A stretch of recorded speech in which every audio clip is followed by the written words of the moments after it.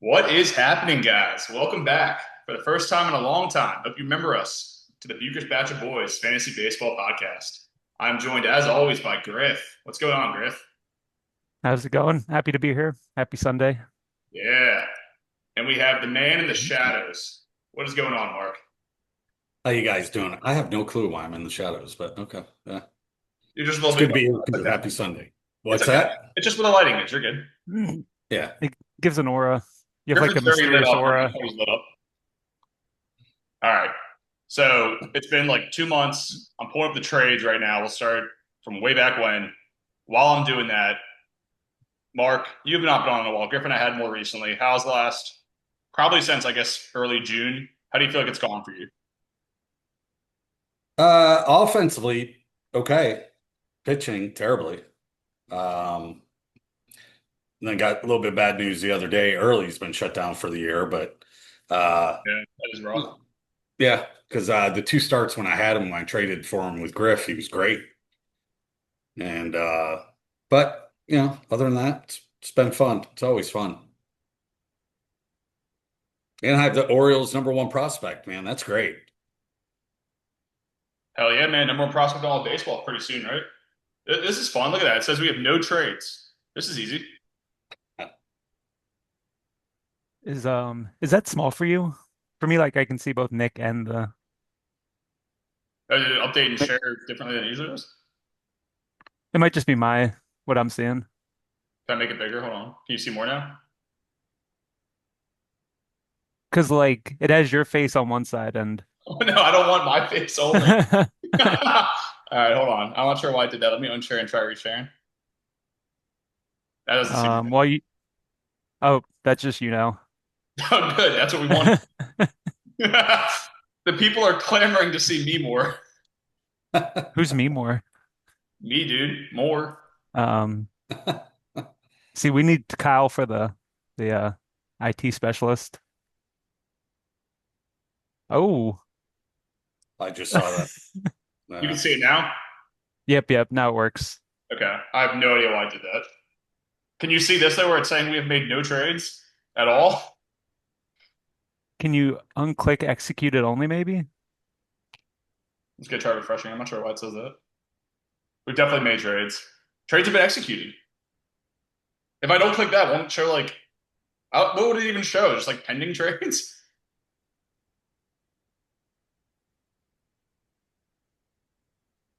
Oh, there's 2 pages of nothing on this one.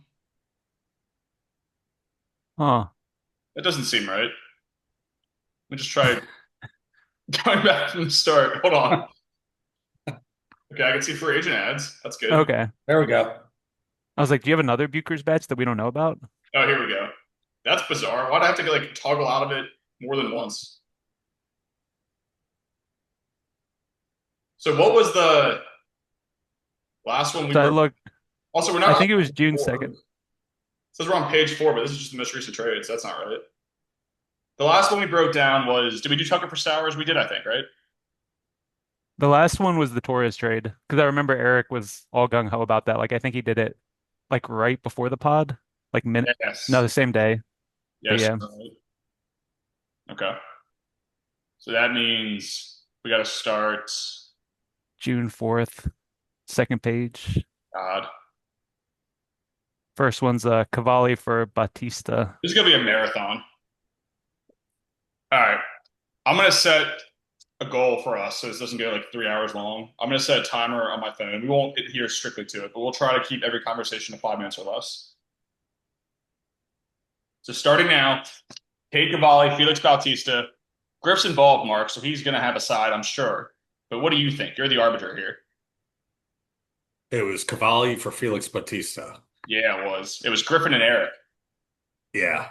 Um, Probably the Cavalli side, just because Batista's not playing. But I mean, I had some interest in Batista when Eric and I were talking some trades too. But because obviously when he's healthy, he's been pretty good, Yeah. pretty dominant. But I'd say just because Batista hasn't played, I'd definitely go with Cavalli side. Wow, over the last 30, I didn't realize quite how good Cavalli had been. 275 under a 1-1. Yeah. 6 quality starts in a month. Holy cow. I knew he had been pitching really well, but that makes it pretty fire. I mean, I assumed at the time Bautista was the long term probably better value, just because maybe he becomes a closer again. But Cavalli's dominance, I mean, it was definitely fair at the time. I would definitely give Yeah. Cavalli with the benefit of hindsight too. Griff, how'd this one happen? Did you want to get rid of Bautista? Did you want to get Cavalli specifically? So I can't remember if Eric was having like a pitching crunch or what, but I definitely just wanted Cavalli as like a lottery ticket, see what he Go did. up. But I mean, I dropped him and Eric has him back, so I think Eric easily won the trade because Yeah. he went through a little rough stretch, and I was like, I don't know how good he is. Dropped him, and Eric got him back, so I guess That he's rough both stretch good must have been and like immediately then, because he's been so good. yeah, because that was past month, right? So he must have had like three mediocre starts, like walking too many guys, and I got scared because I think his whip was like 1.4. He had a good Even for the ERA, year, still good like one. strikeout. So that checks out, bro. That's rough. I'm sorry Yeah, you cut him. I didn't even know you cut him. all good. So Eric wins that one. Good job, Eric. Getting rid of Cavalli, knowing you get back. That's chess. All right, good job. We kept that one to 2 minutes. Let's keep it moving. Restart the clock. A little bit of a bigger one here. This is a Kyle and Jack special. Taj Bradley, River Ryan, Aiden Miller, and Grant Taylor for Sam Antonacci. Griff, who is Sam So Antonacci? Who is Taj Bradley? I know I'm trying to figure that out because I feel like at the time I liked Antonacci. I thought he was interesting. But over the past month, he's just not doing us out. He's hitting like 228, 680 OPS, three homers, two steals. So it's like he's kind of slowing down. Taj Bradley, since here, has kind of shot up, I would say. At the time of the trade, he was kind of like just a question mark, and now he's solidifying a little bit. I still have questions about him, but Yeah. River Ryan also getting out of LA was a huge thing. Like, I don't know too much, but he might be the most value up from the trade deadline just because he should be in the rotation as soon as he's back. So I guess I would lean Stan, but I mean Jack, but don't feel Yeah, too strong. that feels pretty fair. What do you think, Mark? Yeah, I was gonna say the same thing just because of that of Ryan. That leading Jack a little bit, but you So know, Jack I probably agree. knew, I guess, that Ryan would get traded and be starting soon. Kyle didn't. Right. I'm guessing is probably what happened here. Kyle doesn't really check news and probably was confused about what River Ryan is and what he's doing. I think Antonacci, Griffin, you made a good point too. I mean, his Savant page is great, but I think it's mostly about, correct me if I'm wrong, isn't he like not playing the last, like, I know at one point recently it was like 5 of 6 against lefties, he just didn't start. Like they randomly started platooning him. And I'm not sure, I know he's worse against lefties, but I can't imagine it helps to not be playing every day. That's probably not helping either. It's probably hurting him a lot in fantasy. He's not getting the runs and RBIs, even if he's going, 1 for 5 against a lefty. I still think he's pretty Yeah, good. yeah, I think he's pretty good too. Yeah. Yeah. I think Griffin's Yeah, taken. see, Oh, go ahead, sorry. I was gonna say he's just batting eighth today against the lefty, and I feel like he leads off against righties, I think. So Yeah, he does. Yeah, that's encouraging that he's in there. And I guess he was hitting eighth today. So great having the position eligibility. I know neither of these teams is going for it, but as a guy who spent most of the year with like a million corner infielders and no flexibility, getting a guy like that or like who's the guy in Texas who's been awesome all year doing that? I was thinking a couple years ago Josh Smith, but Ezekiel Josh Smith Duran. was Duran this year. Ezekiel Duran, thank you. Yeah. He's another guy I wish I had. It's so good having one or two guys at the end of the bench who can do that. They don't suck me into play them. So yeah, I think it's fair. I mean, and Griff's right too about Taj Bradley. I mean, he's not a quality start and win machine, but the Twins are fine and they bought, and he goes with K's. He has some blowups, but he's useful. It's a pretty fair trade. He pitched pretty good last night in Milwaukee, Bradley. Yeah. But when he came out, the game was tied, I think 1-1, 2-2, something like that. Why am I on Jack's team? That's not where we belong. All right, now it's time for Jack's focus minute. Let's talk about Jack's roster and nothing else. Okay. Moving it right along then. Fair trade, but we probably slightly lean the prospect and multiplayer side now. I'm not positive. I don't think it's not just 50-50 though. Antonacci's still in my mind the most valuable piece. Got a big one here. Gunnar Henderson for Tariq Skubal and Jeremy Pena, or Raymond and Brendan 2 for 1. This is big. Mark, you're up first this time. What do you think here?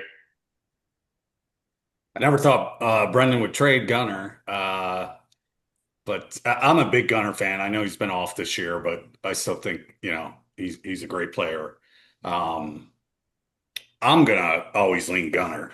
So, uh, but obviously Brandon probably did it for some reason. So, and he's leading the league pretty comfortably right now. So, but for me, I like Gunner the best out of all those guys, So you would out have of those taken three. the gunner side of it. Yeah. Yep. What about you, Griff? What do you think? So at the time, I probably would have taken the gunner side, but I think now it's easily Scooble and Pena. Just since I think at the time Scooble's injury was more nebulous, and it turns out like it didn't matter at all. So that's a huge value up for him. And Pena coming back, he just looks like a lock for 300, like maybe mid 800s OPS and just 25-25. So I think both of them increasing in value so much over the past month and a half. I would go pretty easily Scooble and Pena. I mean, straight up Pena versus Henderson might be a toss up, right? For our Yeah, league. that's what I was gonna say. Is I agree with Mark that even though Gunner's been abysmal this year, I don't really think he's a bad. I mean, a sub 700 OPS, the average hurts you. Power's okay, speed's okay, but like Pena's been better in Roto anyway since he came back. And then you throw in. I'm trying to think. Who I'd rather have. Just say the year ends right now. Nothing changes. They end with these stats. Like, would you rather have next year for your keeper Gunner or Scooble? Like, Scooble's going to be on the calculator, the more valuable player anyway. He's already had the arm injury. Pitchers always explode. Gunner, for the most part, has been healthier than not. Like, I think he's safer, but like, it's hard to say that when he's probably at best midly valued. At what do you like? Where's he rank? Even with playing every day and hitting the top of the lineup, it can't be good. Like Yeah, 1/10. yeah, he's not a top 100 hitter or top 100 player, despite having 110 runs RBIs. It's tough. Knowing that's his floor makes him someone. Of course, he's a slam dunk keeper for years, but it is tough, man. Because Scooble's going to be looked at as one of the top, I don't know, 5 or 6 keepers probably again on the calculator if nothing else. And even if you don't feel that way personally at the end of the year, I think it makes sense for Raymond because again, like Griffin pointed out at the beginning of this was either right before Scooble's first start back after the crazy Yeah. round or after one start. And I was definitely someone who thought it would take longer to get back. I definitely thought he'd be more impacted. And he has. I mean, he was, I think, giving up some home runs the first start or two, but like Griffin said, he's basically been just Scooble anyway. So, and now he's on the best team in baseball. He'll probably sign there or somewhere just as good environment wise and be a great surplus until he breaks again. I think it's you lean Brendan process wise, and then unfortunately, the results are just definitely Brendan here. So great move, Brendan. I get it, Raymond, but I agree with you guys. To give Raymond credit, I do think that's a trade that like I would have made at the time too. I Same think I Just here. would getting have. like an elite guy. Yep. Think I would It have just too. stinks that it's worked out pretty bad. Yeah. This is a tough breakdown for us too, especially his first few, because this is more than a month and a half ago now. Like it's easy for us to have the benefit of hindsight, like we did with the Antonacci one. I definitely liked Antonacci more, not comfortably, but I preferred getting Antonacci in the roster spots opened at the time. And now that one's tough. So maybe it's a lesson we should always break the trades down further away. Maybe that's the lesson. I don't know what the lesson is other than that. But results wise, this one's tough now. Hopefully next year Gunner's back to being a 280 plus hitting 35 home run guy with good steals, tons of runs and RBIs, and you're like, hey, this is my cornerstone guy for the next few years again. Yeah, Gunner's having an off year this year, like Duran is, right? So I mean, they're both just having off years. Yeah, I mean, people say he's like the infield Jaron Duran, so it makes sense you would bring that up. All right, moving right along. Let's get into a another blockbuster here with Raymond involved. This is a 1-for-1. Ryan Waldschmidt for Caleb Killian. Want me to just do it since Yeah, you it's pretty do. small. I You Yeah. think do. I think Waldschmidt had been sitting. He kind of stunk, and I think he got sent down that day or the Like right next day. afterwards, yeah. Killian at the time was like just named closer, He got in a save or two in which a row. yeah, so that was, and I think the Giants had done like their hat stuff, so I was like, okay, maybe, Caleb Killian didn't do it, so he'll get the role or keep it.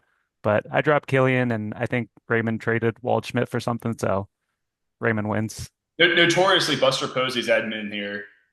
in charge of the Dodgers is we want the wokest guy to be the closer, right? The most liberal guy will get the saves. So it makes sense to speculate on Killian for that reason alone. Mark, what did you think? You have anything to add? I think Griffin summed it up pretty good. We don't have to spend too much time here otherwise. Yeah, no, I think Griff. Yeah, no, what Griff And said too. especially, I'll give Griffin a couple extra points here too, because it's hard for Griffin to trade probably a fairly heralded prospect who's cheap. I know that in Waldschmidt, but I think your biggest opportunity, especially then, was coming up in saves and holds, right? Yeah, it was pretty much. Macro wise, Griffin's probably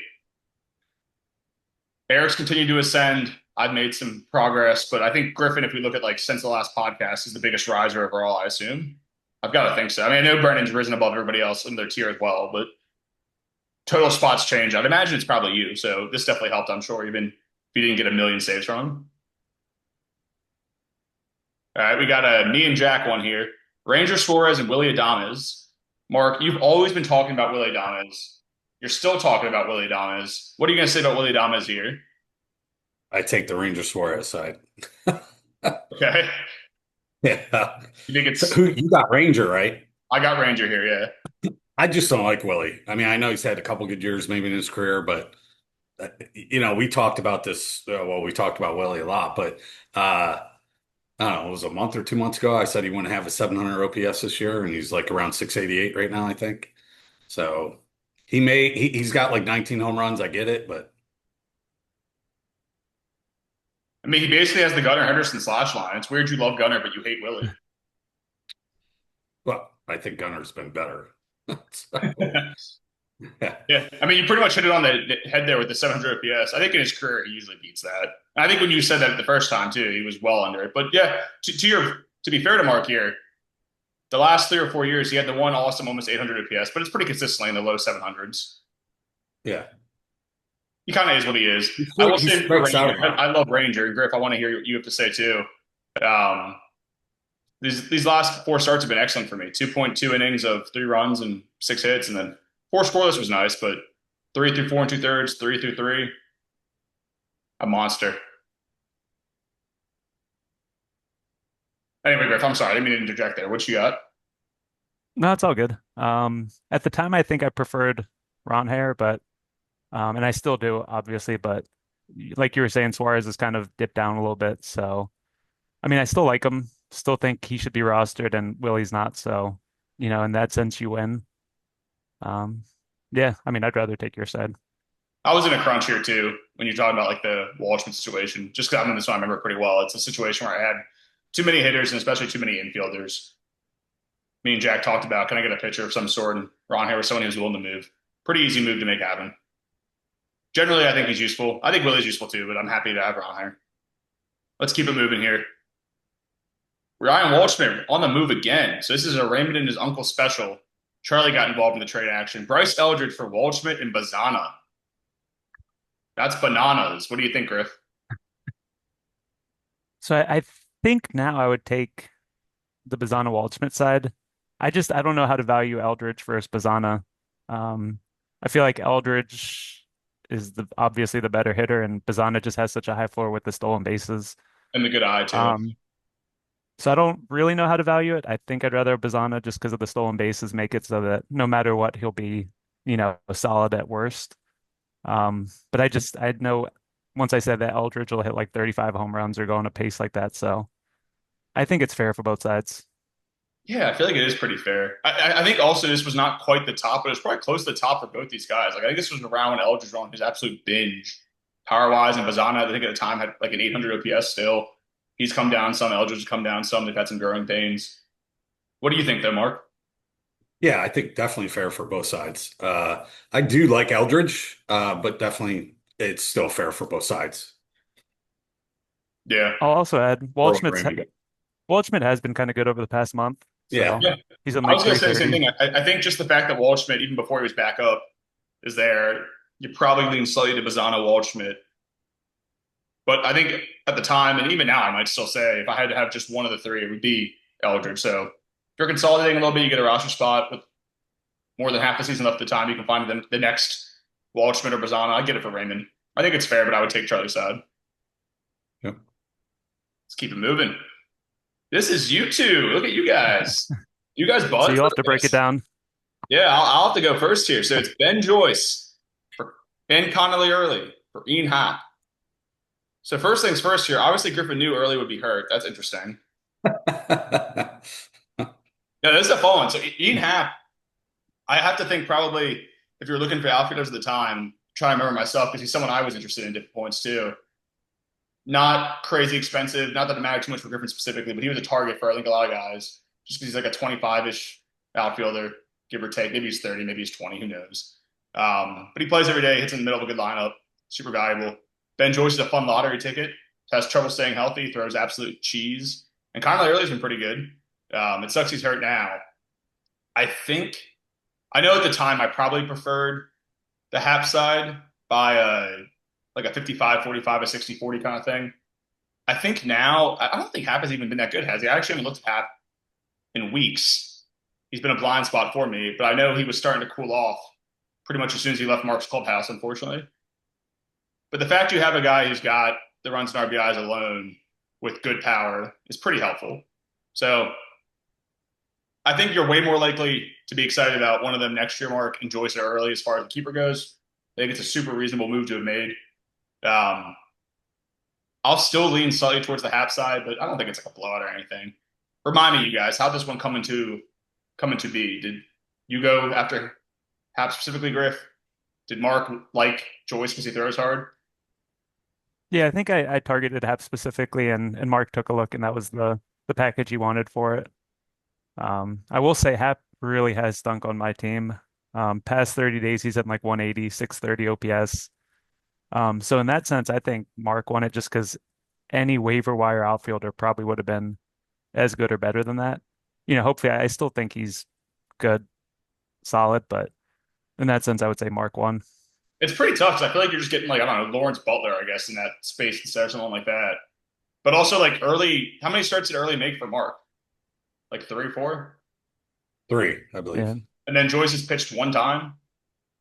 Uh, twice. Twice so far. Yeah, so it's definitely And like this an was it's definitely incomplete. Is all I'm saying. Like there's been a lot of injury and then mid production.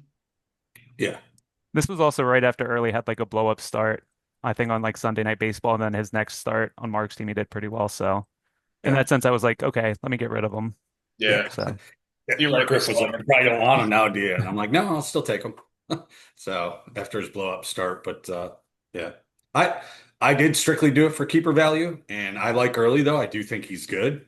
And then Joyce is just, he definitely will become the Angels closer again if he stays healthy. To have him at the minimum is pretty good. So you would anticipate right now keeping probably both of them. yes, yep, Yeah, if you think you got yourself two keepers, it makes a lot of sense. I think. yeah. Let's keep it I'll moving here. also just add Oh, real go ahead. quick in general, I feel like it's going to come up in a couple trades, but on the podcast, you always want to say that you lost trades, I feel like, right? Like as a big time trader, like I feel like it helps. So like I'm going to say I lost trades more than, and I'm going to say you win all the trades, just That's as the a thing is segue. try to move public opinion Yeah. as if like Griffin's an easy person to pull one over on, whereas Nick's like a snake. I see. Yeah. Yeah. Well, why don't you want Mark to be the snake? You want Mark to be painted as the snake, you're saying too, I guess. You're saying Mark you think won the trade. Doesn't that probably hurt future Yeah. negotiations with Mark if he thinks you're calling him a snake? No, because then he'll want to come back to me because he knows he can get one over on me. Uh, but it's less that Mark's malicious and more just like you're a dingleberry who can't like think for himself very well. Yep, Yeah. exactly. Mark, is that your perception of it as well? Is Griff sort of stupid and you're kind of like sneaky? No, not at all. Not at all. No, I was just going for keepers. Mark So thinks it's like war games. The best way to do this is just not to play. He doesn't even want to engage in the exercise of is he the snake or not? Okay. I like it. I like it. Stay in the shadows. I've always liked Hap. He's just having a down year compared to what he's done last few years. So Yeah, he's still good. And also, again, yeah, like it's just kind of bad variance. Right? Like he has been bad for like a month and a half. yeah, He was exactly. playing pretty much at what you expected. I think when you traded him, I imagine. Yeah, Yeah. yep. Yep. That's And baseball, Susan. yeah, another closer on the move here, sort of, that Griffin's involved in. Sir Anthony Dominguez for Willie Castro, 1-for-1. A Griffin Eric off here. Mark, Want me to do it real quick? you just It's took Griffin's closer and Ben Joyce. What do you think of him getting Sir Anthony Dominguez to be his new closer? Say that trade again. I'm sorry, I didn't hear it. Sir Anthony Dominguez for Willie Castro. It was Raymond, or not Raymond, Griffin and Eric 1-for-1. Was that after he was traded? This was on June 17th. Neither of them had moved yet. Oh, okay. All right. Yeah, I mean, I guess since he was getting rid of Joyce and he's looking for saves, uh, Sir Anthony hasn't been great, but he's with the Giants now, right? He's on Seattle now. He got traded a couple weeks later. Seattle, I mean, Seattle. Yeah, yeah, yeah. So, I don't know. Yeah, we can I'll move. say, I know you were saying I'll say it's fair. I don't know. Sir Anthony stole the job and then quickly lost it, right? Is that what happened here? Yeah. Like he And was still. Castro's been actually pretty good. So, not as good as McCarthy. Griff's got a nice steal there, but yeah. So But Griff, what's going on here? Yeah, so I'll say Eric won since I dropped Sir Anthony pretty quickly after. I wanted saves and Willie Castro was like I think I picked him up just for the Vegas series maybe here. So I might have been close to cutting him. And Eric wanted him. Willie Castro's he's hit 6 homers past month, so Yeah, he he's yeah, has pretty played good. well. So yep. He's I'll been good. say probably not too big of a deal, but I'd say Eric won it. Sir Anthony kind of stinks. Yeah, I think it was pretty fair. They're both like fringy at the time. They're both fringy owns. Sir Anthony is like not helpful to your ratios, but sometimes was getting saves. And Willie just plays everywhere. Again, it's a guy who's like not very good, but gives you eligibility. He's been good, so that is pretty nice. Not much Yeah. else. I For that one, I had offered Ian Happ for Yohan Duran, and I really wish he would have taken that one instead. For Eric, it's always the trades you don't make. Let's keep it moving here. Another 1-for-1, hopefully a quick one. JJ Bleday for Braxton Ashcraft. Jack and Raymond. Griff, you can go first this time, since I know you have opinions on Braxton Ashcraft. Little spoiler for later there, but what'd you think here, Bleday for Ashcraft? So I thought it was pretty interesting at the time. Both are huge risers this year. Um, so yeah, at the time I liked it for both sides, I think. Then Braxton Ashcraft, I feel like he went on a heater and like kind of was like a fringe top 20 SP for a little bit, top 15. Like he looked really good for a little He bit. was so good, yeah. And then Blade sucked then. So I was like, okay, that's easily Jack winning that. And now I think Bladay's back to kind of normal and Ashcraft kind of is whatever. So I guess it's back to even. I don't know. What do you guys think? I feel like it's pretty fair. I mean, even Bleday getting back, I know he's been better so far in the first like week of August and July, but it's still he's at like 220. I think it's like just no longer below Mendoza. He has some power, I know, but he was so ridiculously nuclear for the first like month he was back in the big leagues. I have no idea what to make of him. And Ashcraft is confusing too. Like I still believe Ashcraft's really good. It's just a problem where like he's got to be tired, right? This happens sometimes to guys who don't have the innings. I know he's past probably his career high already. I think he's just losing some effectiveness from that. What'd you think, Mark? Yeah, agreed. Pretty even. To your point and Griff's point, I mean, Ashcraft was hot, and now he's not really that hot. And Blade was, like you said, I mean, he was raking for a while, and then he went cold. But yeah, I mean, he's got 20 home runs, I think, and I think his OPS is right at 800. So, but yeah, his batting average is in the low, like around 220.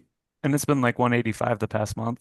Yeah, And actually, yeah, August has been worse than I thought. I knew in July he was over 200, but not by a ton. The OPS was serviceable though.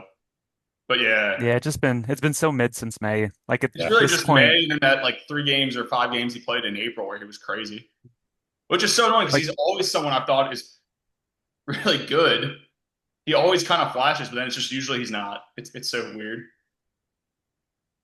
and I know during that heater they had him on like MLB Network talking about himself. So I'm like, okay, maybe he's like legit if MLB Network's having him on, like he actually changed something. But I think at this point I'd probably lean towards not keeping him. But if he was on my team, I'd be like, oh yeah, I'll probably keep him. Yeah. All right, we got 6 minutes. Let's bang out at least one more here. We can at least get off the second page. If we can start on the first page the rest of the way, that feels good, right, guys? Framber Valdez, yes. Blaze Jordan, and Kyle Teal. This was Charlie and Roman. I would pay money to see the chat here. How'd this one happen? Mark, you're probably the closest of the three of us to both these guys. What do you think they said to each other? I don't know. Framber's been pretty bad this year, right?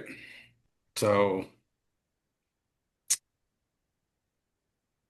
How's Teal been? I haven't really kept up with him. I'll tell you. Not good Not good. Yeah. and hurt. Yeah, and unfortunately, like Griffin just said too, he's Well, probably gonna miss the Roman rest got of Framber. Roman got Framber, correct? Yep. And the year. I know Roman was looking for pitching, so I'm sure and I think he's had though. I think Framber's last start he did pretty well, or maybe Oh his yeah, last two. he was great like 3 or 4 days ago. He's just been Yeah. a mixed bag Yep. overall. So I think Roman was looking for pitching, so he got Wow, no, he Framber. hasn't. Look how consistent he is month to month. Seven, seven, 7K per six, seven, nine. three, 7.2, 7. That is, or no, that's Ks per nine. What am I doing? I'm sorry. Yeah. Ignore that. Yeah, the ERA number over here. I don't know why I assumed that was the ERA. Yeah, so he was terrible in July, but good in June What's and his good cost? twice. Oh, he's like Too much. Like 30, 33, so probably 5.30. 40. Yeah, Okay. All he's right. definitely not someone to keep it next year. I don't think. No, Skill set's just. but he was looking for pitching for now, so I mean, yeah, I hope. Do you feel good about Blaze Jordan at all? Or do you think he's just a throw in? I'll be honest, I don't know much about him. Maybe just throwing. You guys probably know a lot more about him. So Little bit of interest, I guess, when he came up, but I don't think he's personally something that I would be assuming is a keeper next year. yeah, I don't. It- yeah, I put a small bid on him, but he Yeah, when he hasn't done came up, I much. was interested, but it's tough. Yeah, Probably I would lean personally towards the Framber side just because yeah, most years he ends up at the same numbers, even if it's a weird ride there. That always works till it doesn't. It probably isn't going to work this year just because he's been so bad overall. But like you mentioned earlier, Roman needed some pitching. Makes sense yeah, to try to take some lottery tickets, but I'm not positive Blaze or Kyle Tutor are the ones I'd want to make my lottery tickets personally. I think it's a slight win for Roman, probably. I think it's a lose-lose. All three of them would be better off dropped and Yeah, taking a lottery ticket on someone else at this yeah. point. So how does that work there, Griff? So people are going to think you're easy to get one over on in trades, but Roman and Charlie think they both just got bullied by you there. Probably that's not a great look. Yeah, I have to just give some take. Yeah, that makes sense. Yeah.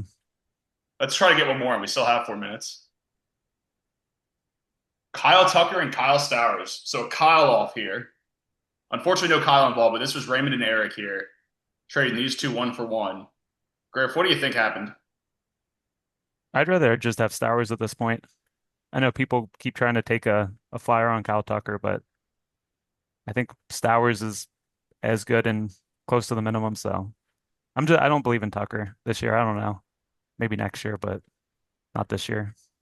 That's a sizzling take. I feel like I know he's been bad, but that's a pretty hot take. What do you think, Mark? so I would take the Tucker side just because he's been great. Obviously this year he's terrible. I get that, but um, I know Stowers, right? The costs and everything's a lot less, but and Stowers is okay. He's pretty good, but I mean, I'm going to lean the Tucker side just because he's proven himself over the years. So, and I just think he's having an off year, but there's a lot of guys like that. So, Yeah, it's a weird like structural one. I feel like more than any of the other ones have been we've broken down so far too since the last pod. Where I mean, Eric's the one going for it. He got rid of Kyle Tucker. This is Raymond trying to, I think, wheel and deal, and he trades for Tucker. Tucker has a hot week where he hits 400, and then you can maybe get something more valuable long term in Stars. I have to assume that's the Raymond thought process here, which I'm not saying is bad or good. It was just funny seeing this happen. The first time I saw it, I was like, wait, why would Eric get Tucker, or why would Raymond even get Tucker? For Eric, he probably thought what you said, Griff, where it's like Tucker's been kind of with the runs and RBIs helpful, I guess, but overall probably not a super helpful player to have anyway. Um, I still ultimately land with Mark, where I would rather have definitely for this year Tucker. I think with the keeper value though, it's a pretty fair trade. Stowers is definitely got a year or two of being, whether you're excited about it or not, a surplus. Um, but I still think Tucker's a better player than Stowers. I know you're not saying he's not Griffin like forever, but I would still rather have this year salary agnostic wise Tucker personally. We got a minute left Yeah, here. probably. Mason winning Jackson Holiday. You want to just or do you have another thought, Griff? I'm sorry, did I cut you off? No, not really. But I think we can do Mason Wynn and Holiday pretty quick. It's not It's funny they didn't that just big of make a this the deal. same trade. They made this trade an hour later. It's the same two teams. Why not just do a two for two, you weirdos? What is this? Anyway, Yeah, both were dropped though. Both have been yeah. dropped, picked up. So Would you rather have Holiday or win right now? That's a fun way to look at it. Holiday right now, right? Probably slightly for me too. What do you think, Mark? From what you tell me about Holiday, sure. From I what just I don't tell know you, if what Wynn does has it like mean? fantasy juice. Well, no, because he has been hitting better, you know. But so yeah, I mean, Uh, right now I'd probably take Holiday. yeah, Wynn the past month has no homers, three Yeah. steals, 210, sub 600 OPS. Holiday's So been good for like a month now, yeah. And he's up to the last couple of days. I know it says today third. He's been hitting higher in the lineup too, which is fun. So yeah, I if think I I'd were, rather Holiday. I know Holiday's pricier too. I think right. He doesn't win the minimum. That probably contributed a little bit. You probably still preferred Holiday at the time when you're getting Mason win. You right probably have now, some good steals. You need steals. Sparky has Mason Wynn, I would probably just drop him. Yeah, I mean, I think unless you need steals, there's not a ton of utility to him. But all right, let's come back on the other side of it. We'll finish breaking these down. Can one of you send out a Zoom, please? Yeah, I got it. Thank you. I'll see you guys in there. So Ian Happ is just homered. Welcome back to the pod, boys. Let's get back to it. Ian Happ just being exposed to Mark's energy again has broken him out of his slump.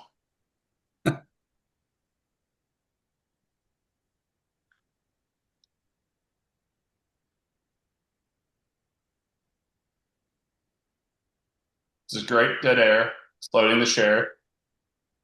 All right. Well, I can read it off. Yeah, read the next one Um, off and Mark can start telling us what he thinks while I'm sharing. It's spinning for me. I can't say anything at the second. Oh. so this one is Charlie gave up Ozzy Albies and got back from Nick, Shane Bieber and Gage Jump. So Mark is our resident Shane Bieber fan. There What you do go, you think Griff. about this deal? Dude, Griff, you got a future in podcasting. Yeah, yeah. So I have always liked Bieber. Jump, I thought in the beginning of the year or when he first came up, he was good. But right now, I'd take the Albies side. And I've never been an Albies fan, but he's having a good year this year. So, I mean, I don't know if you agree or disagree, but Bieber has been nothing special, and Jump lately has not. So, Yeah, so I agree. I would pretty easily take Nick's side on this, yeah. which I kind of mentioned earlier how I'm going to do that for all of them. But Shane Bieber, I know he was coming off the IL, so I get kind of being interested in him. But I didn't think he was that great. And Gage Jump, I don't know what to say about him since I just picked him up today. But I've always been kind of worried about him playing in Sacramento, like the Sacramento pitchers. I don't know if I can trust it. So I'm kind of speaking out both sides of my mouth, but I would easily take the Albie side. Yeah. What do you think, Nick, is the person You're hearing involved? okay now, right? By the way, it's not like trying to put my face or one of your faces in it. Not anymore. Okay, good. Uh, yeah. I think Charlie just was. This is after obviously a couple of trades where he got rid of basically all his expensive players like Framber Valdez. In this situation here, it was when Bieber was about to come back, so I had another roster crunch. I had a bunch of Foster Griffin, Arrighetti, Gage Jump, and at least one other like young pitcher that was I thought pitching pretty well. Oh, that's before Ben Brown got hurt too, so I still have Ben Brown. Um, I needed to clear a spot basically. I don't think Albies is amazing, but I think Albies is useful. He's probably not a keeper because he's in the 20s already this year. But I thought he would help me in average and OPS, the two categories I need the most help with.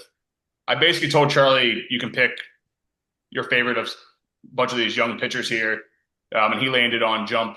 Or I think I said Bieber in one of them, and he picked Jump with Bieber. Jump had been really hot the first few starts.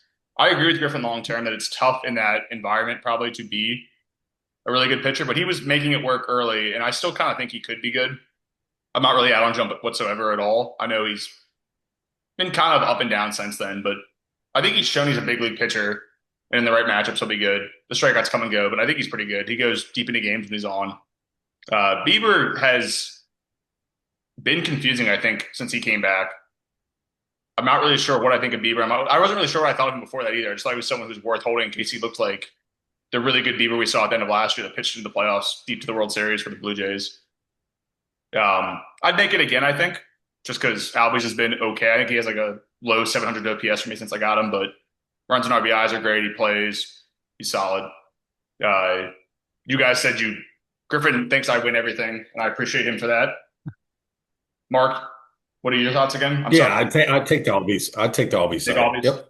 Cool. Yep. I don't know if I'm overrating, but I feel like Albies could be a borderline keeper. It'd be like maybe couple dollars of surplus, not a ton, but Yeah, it'll probably be compared to 22. like, Is he 22, I think? yeah, he's 22. So compared to like Ian Happ, who went for 30, I think Albies might have a better ADP this year. You're Just he probably not was necessarily wrong there. He probably is someone who will show as a value. I'm not positive. Like I'm probably not as of now planning to keep him, but you're right. It's a possibility. Um, he would be like 29, and in the draft he might go for 34 yeah, to at most 40, but I think at you're right. It's most. possible, and then it becomes up late. Maybe he just goes for 18. You're like, that seems like a great deal. I think you're right. He probably is worth mid to high 20s or low 30s. At least what the calculator will tell us, 4 or 5 months from now. Do you think, as of now, I know Jump has moved around and Bieber's been confusing. Would you rather, just if you were purely speculating as a keeper, do you think Albies is most likely to be kept? Is that why you'd bring it up, or yeah, Well, just because interesting, but yeah, I think just with jumping in Sacramento, like he would have to really just keep having like multi or double digit strikeout games. yeah, I think that's reasonable. Yeah. Let's get I to a hope I keep jump, but let's get to some big Kyle and Raymond action here, 3 for 3. So Antonacci, Max Clark, and Leo DeVries for Edwin Arroyo, Eric Hartman, and Kyle Tucker. Boom. Mark, the mic has been dropped. I'm gonna let you pick it up and tell us what happened. Well, I don't know what happened. But again, I just like the Tucker side because he's been so great. So at least, and I get he's more money and all that, but I like the Kyle Tucker side. And I normally like the cheaper guys, like and the younger guys. But I think Tucker will straighten out. He's still got a month and a half to go or whatever in the playoffs. But if not this year, next year, I think he'll be back. Yeah, So I hear you. And I think it's worth saying too. It's funny because it's Tucker and there's just a bunch of like fun young guys. Antonacci is yeah, playing pretty well. Clark is up now and looked pretty solid so far. This was wet yes, and down now, but Arroyo was up at this point. Am I right? Remembering it that way? I think Arroyo had just been called up and seemed to have some runway. I know it didn't quite work out. He's back in the minors now, but like for example, I'm just saying that to preface that I probably would have at that moment rather had Arroyo than Max Clark. I think I feel differently now, obviously, because Clark's up and playing and looks pretty solid. Um, yeah. yeah, like Mark said, I don't know how it happened either. Griff, do you have any insight? What are your sources no, telling just when I first saw it, I was like, wow, that's all it took to get Tucker. And I you? know You're a what I big said Tucker about guy, so Antonacci earlier. Yeah, I kind of do. yeah, Which is why I was like, wait, Antonacci might just be as good or better than Tucker. Um, and over the past month, they kind of haven't been that far off. So I would take Raymond's side. I also, like you said, it helps that Max Clark like looks pretty good right now. Like I think he has some value. At the time, I didn't think he does, but and then you also get number two prospect maybe in DeVries. Stinks he's $6, but he's still good. So I would take Raymond's side. yeah. I think at the time I definitely would have taken the Tucker side by a 55-45. I probably would have preferred that. I think the way it's broken out, it's much more fair, if not me preferring the other side, which is just a good way to tell it's a fair trade. Like I think it is in a weird setup build wise. Kyle deciding, I guess I'll try to sell Tucker, or maybe just Tucker's incredible and he's the best keeper if he is good in the second half. Um, for this year, I kind of agree. Even though I think I'm higher for sure than Griffin is on Tucker, that I don't think he's that different rate stats wise from Antonacci. I'd rather have Tucker just because we know he could level up, and then obviously too, like the White Sox are a good offense, but I'd rather have Tucker's offense, assuming I'm getting runs and RBIs, and he might just get back to being Kyle Tucker, and then suddenly he's way more valuable for the rest of the season exclusively. I think, but it does help that Max Clark something looks good. I think it's a fair trade. Last 7 days, Tucker's back to Tucker. What's his last 7 days look like, Mark? It's like a 400 batting average, like 11, almost 1200 OPS. Dude, August Kyle Tucker is elite. Just 7 days, so small sample size, but It's better than a bad 7 days. Let's keep it moving here. And Eric and Stan, the man. So Jack and Eric got involved here. Eli Willits and Owen Casey for Mickey Moniak and Cody Clemens. Mark, what the Clemens happened here? I think out of all those guys, I like Moniak the best. So for me, I'll take that side. What do you think, Griff? Yeah, so I'll say there's gonna be a couple of trades like this, but I just feel like Jack is kind of undervaluing these like just solid older cheap guys. Like I agree, I'd just rather have Moniak the most in that deal. And second most would be Clemens now, I think. Yeah. I get wanting Willits, as the number one overall pick. You hope he's up next year. Um, but I mean Moniak is gonna probably go what 120 to 140, and Clemens is just having such a breakout season. So Yeah, Clemens has played really well, especially lately. So I think that definitely probably makes it look surface-wise even worse than it maybe did at the time. But I agree with you both that Moniak's the most desirable piece here for me. I know he's probably not going to be a keeper in 3 years. And there's so much weirdness with him because it took him so long to become a useful big league player, much less the absurd source of power and OPS and stuff he has the last year and a half now.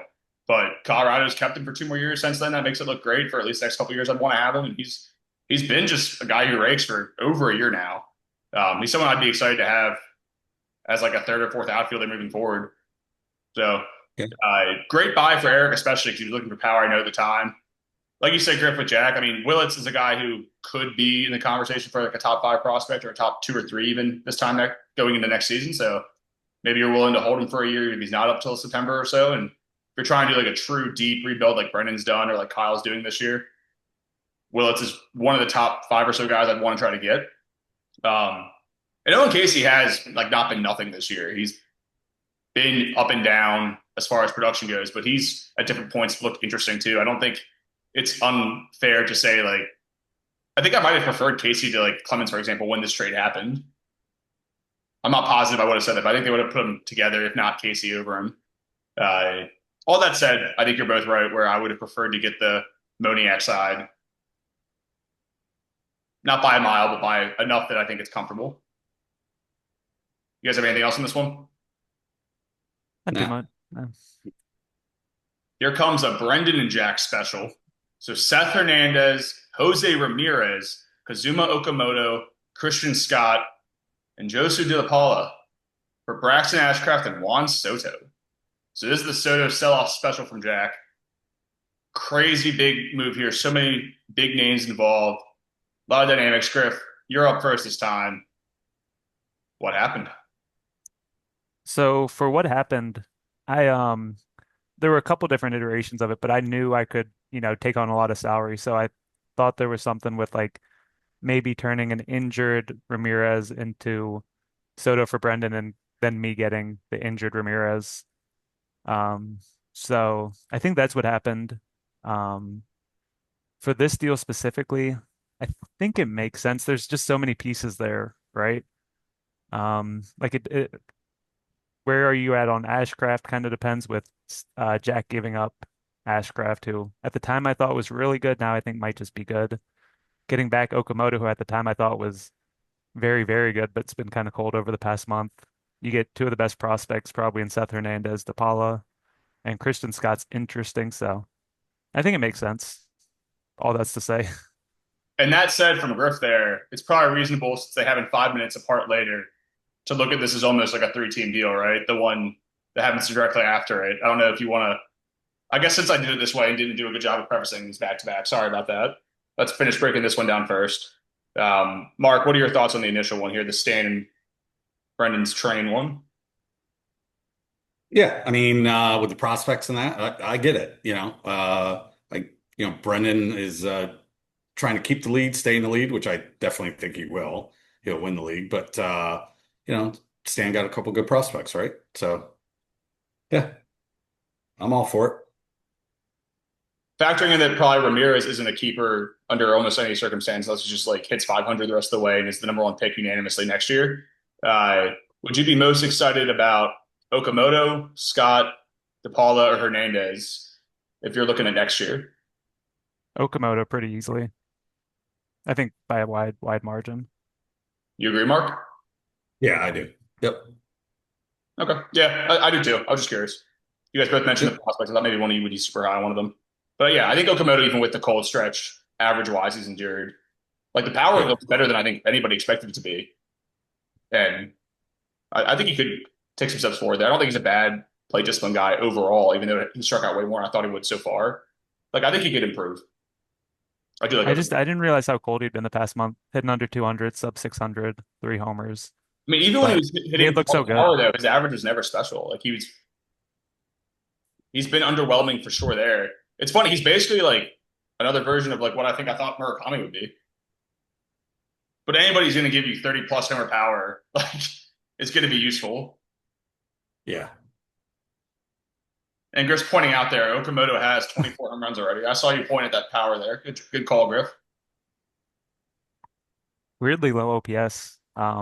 It's just because, yeah, I But mean, the average and the walks are not special. And I think also, I believe he's one of those guys where I think it fluctuates year to year. Like there's not a ton of doubles or triples to go with the home runs, I believe, from an extra base hit side.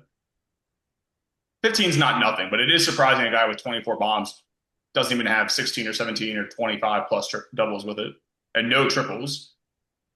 Like that's probably not sustainable. It probably means he should be closer to 50-50 on those, I'd imagine. But even so, if he was just at 20 home runs, it's still good. I'll also say for to analyze it from Jack's perspective, I feel like we do need to, include the next part of the trade just since Yeah, yeah, Jose Ramirez is such a big piece that he immediately ships off. yeah. Yeah. So Jose Ramirez enjoys his 5 minutes with Jack. And then Jack says, Griffin, you've always been my favorite son. Let's make a deal. And you guys do Curtis Mead, George Lombard Jr., Caleb Durbin, Corbin Burns, and Franklin Arias for Emilio Pagan, Jose Ramirez, Dansby Swanson, and Kenley Jansen. And arguably the most valuable piece of this trade is Dansby Swanson, who immediately went Babe Ruth for like a week, right? Griff, how'd you know he would do it? So yeah, I mean, we had agreed to all of this essentially. Maybe last minute he got Lombard Jr. out of me, and maybe I got like Pagan back. But I think last minute he just got Lombard Jr. out of me. But yeah, we had agreed to this before I think the day before. Um, yeah. Are you happy with it? It's a pretty Well, big. I feel like looking back on it, it would have made more sense not to do it. I think at the time I was like you said, like the biggest riser in the standings. Yeah. I was feeling a little roster crunch, and you'll see I gave up two corner infielders, which I'm already like two. I have too many corner infielders, so that was part of why I was so okay giving them up. Part of it is that I don't like valuing prospects that highly before they come up, so that's why the two prospects and an injured pitcher. So from that sense, I think it made a lot of sense for my team. Um, so I think it's fair. I don't know. Mark, you're Uh, being shy. What are your thoughts here? I know you've got a lot to say. Well, no, I was just letting you guys talk. I get why it was done because to Griff's point or your point, Griff was moving up quick in the Yeah.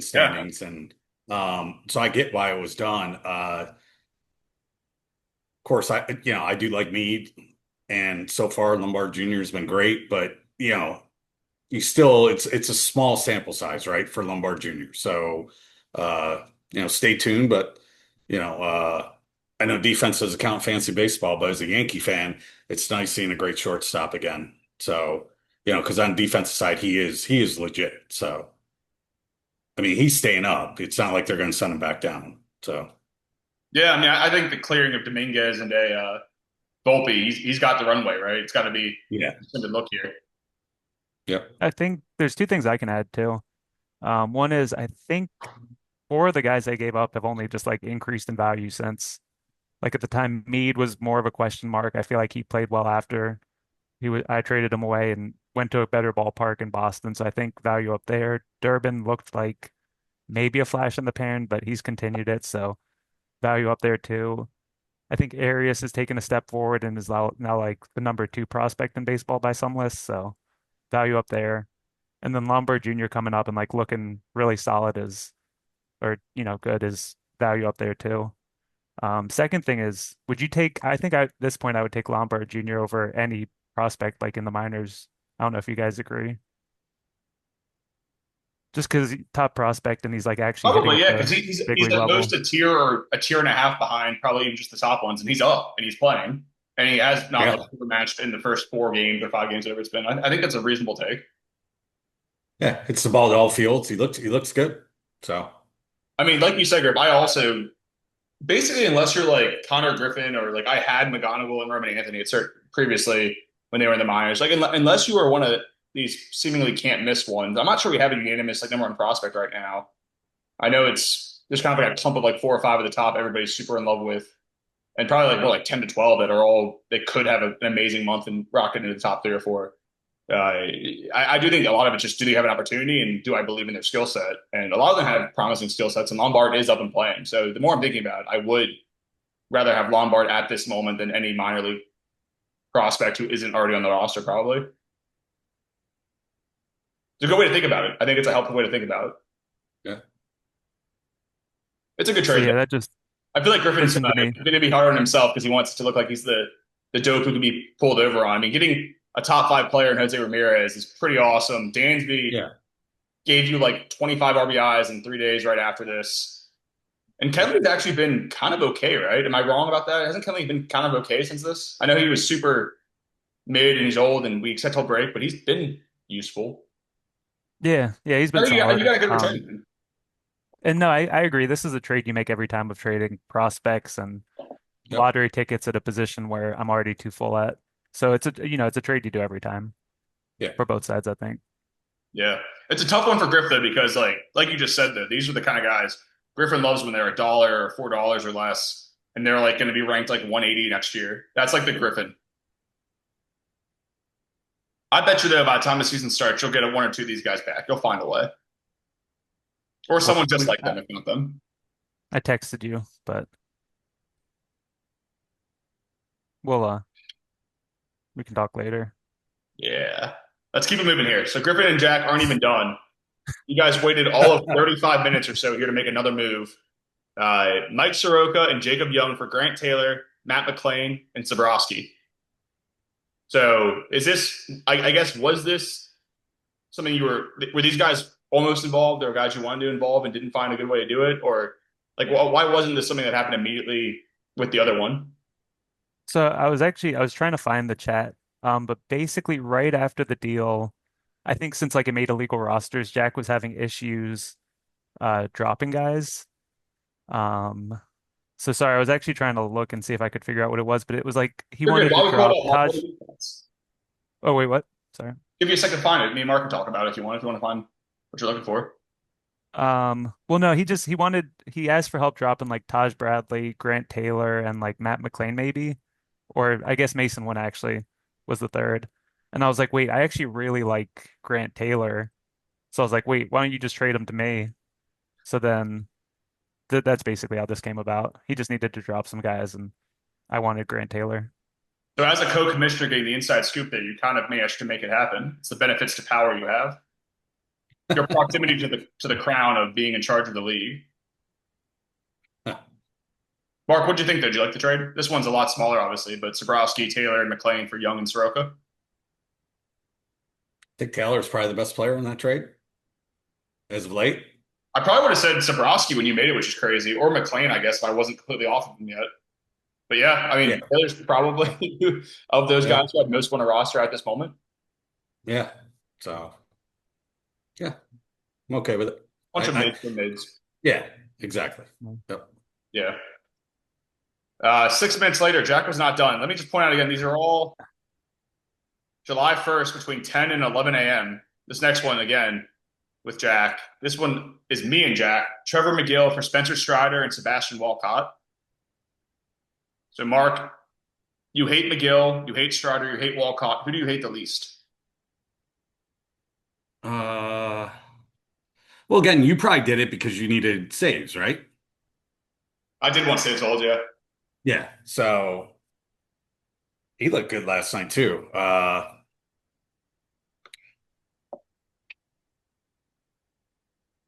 I'll take I'll take Nick's side because of McGill. Yeah.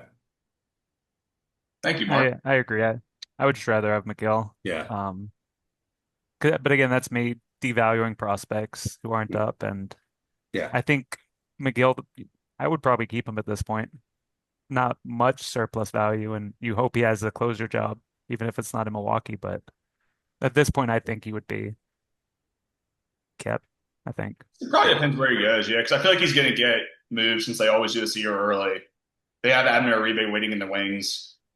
I've had McGill a lot and moved him a lot and then gotten him back a lot the last 2 years. And I think McGill's a really good pitcher, but it just depends who he gets traded to if he's traded. If he stays there and he's seemingly got the job over Uribe, yeah, he probably is like an at cost keeper, right? He's like 15-ish dollars next year. He's a good reliever as transfer saves. Strider could be anything. I'm always going to love Spencer Strider, but he wasn't playing much probably the rest of this year in my mind, and he's still hurt. Walcott's back doing baseball activities, though. I mean, Walcott's a guy before the injury was one of those top 2 or 3 thought process prospects. I wouldn't put him there right now, but I like Walcott. So, reasonable. I think it makes sense if you're Jack and you just traded off everything else in the last hour. You might as well get something for a reliever who might not be even a guy you're keeping beyond this year anyway. Keep it moving. Raymond and Kyle. A couple of Royals involved here. Alex Lang for Michael Garcia. Griffin, what'd you think? I guess I like Garcia's side. I just don't think Lang is very good. Um, at all. So I don't think at this point you would keep Michael. He would have to really be on fire whenever he comes back. So not too big of a deal either way, but I don't see Lang being anything. Yeah, that's kind of like a good way to voice what I kept trying to say about Tucker. I feel like is that just because his upside's so solid, we've seen Michael be a really useful player to a different level than like Kyle Tucker, obviously, but Michael could play a really great 40 game stretch at the end here and be someone you might be in like a 10%, 20% outcome. Like, oh, I'm keeping him. I'm excited about him again. Whereas I don't know if there's any scenario where Lang is someone you're excited about. I agree with Griffin. I don't think he's that good of a pitcher. He had the opportunity and was getting a little bit of production out of it, so he's useful to have. And again, Michael's not playing. Kyle's clearly not trying to compete at all. Raymond, I think, is flirted with trying to finish fringe money versus full rebuild versus just Raymonding around. I think it's a fair trade. Like, I don't think it's a bad trade, but I think I would have taken Michael too personally. What do you think, Mark? Yeah. I would have too, because I don't think Lang's any good. But both points you guys made, unless Mikel gets really hot, down the stretch, I don't think he's keepable. But Yeah, I'll just add in 70 games he has 3 homers and 5 stolen bases. Yeah. And yeah, so there's just not enough juice. Like it would have to be I don't know what for him to be kept. yeah, Let's keep chugging along here. This is a Jack and Griff special here. So Blaze Alexander for Willie Adames. Powerful trade here. Blaze was blazing hot batting average wise, especially like the month and a half before he finally got hurt. Willie, though, had an excellent June and a good start to July, I think, too, at the time. So these are two kind of ascending players. Mark, you're notoriously a big Willie Adames fan. I have no idea if you like Blaze Alexander. What do you think happened here? I remember Griff and I talked about Blaze like a couple months ago when he was really starting to get hot, looking good, and I think Griff, you then picked him up, and did you do this trade when Blaze was hurt? No, he was healthy. Oh, Um, uh, did you want Willie because of his home runs? I guess. yeah, so Yeah, I was just worried. Blaze was hitting like ninth a lot. I was right, kind of worried, like, is this just a flash in the pan, like BABIP?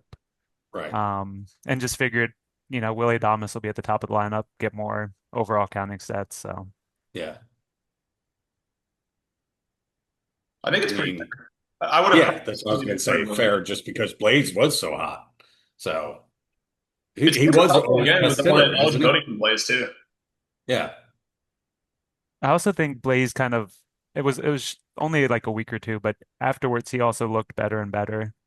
Yeah, I mean, Like when I yeah, traded him, he kind of seemed like maybe util bat, but now he just looks solid, I think. yeah. I think there's no chance he's a career over 300 hitter or even like a 290 hitter, but I think he is like a plus batting average guy when he taps in, not trying to do much power wise and just is selective. So I think he's a useful player in fantasy with all the eligibility, especially. That said, I mean, I think Willie's probably not someone you similar to like Michael. It's probably easier cases to keep Willie beyond the year, but I wouldn't be doing it probably as of now. But we just know how streaky Willie Donis is. Like Griffin said, he plays higher in the lineup, has flashed 30 plus home run stuff multiple times. Like I would have probably preferred Willie, especially as someone going for it. That said, for Jack, like if it's just a level up from Blaze there at the time, he doesn't get hurt. Maybe you have a guy for a couple of years as a keeper who is suddenly like Luis Arias incarnate with maybe even more power. Yeah. I think it's an interesting lottery ticket. I think it's a fair trade, but I would have taken Willie personally. Griff got so mad I didn't say it was a comfortable win for Griff, and he stepped off for a sec. You good, Griff? Yeah, I just had to put a dog on a couch. Yeah, I get it, dude. I love that slang. Put that dog in your couch. Can you see him? It's weird. He's censored sort of. Oh, His butt's not though. His butt didn't censor. Like the top half wow. of the dog was like blurred, but the rest of it was clear. Can you see him? Does that work? Oh, look at his little face. Aw. I love when dogs look like their owners. Adorable. Wait, that's my dog-in-law. That's my mother-in-law's dog. Your dog-in-law?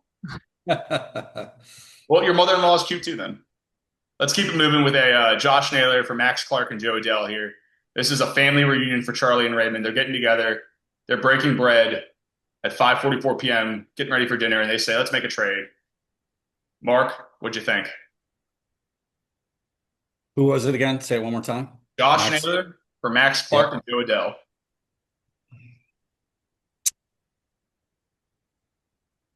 Hmm. Is right. And Charlie got Clark. Yeah, Charlie got Clark and Adele. Yeah. So sorry, on my screen, it's small, but I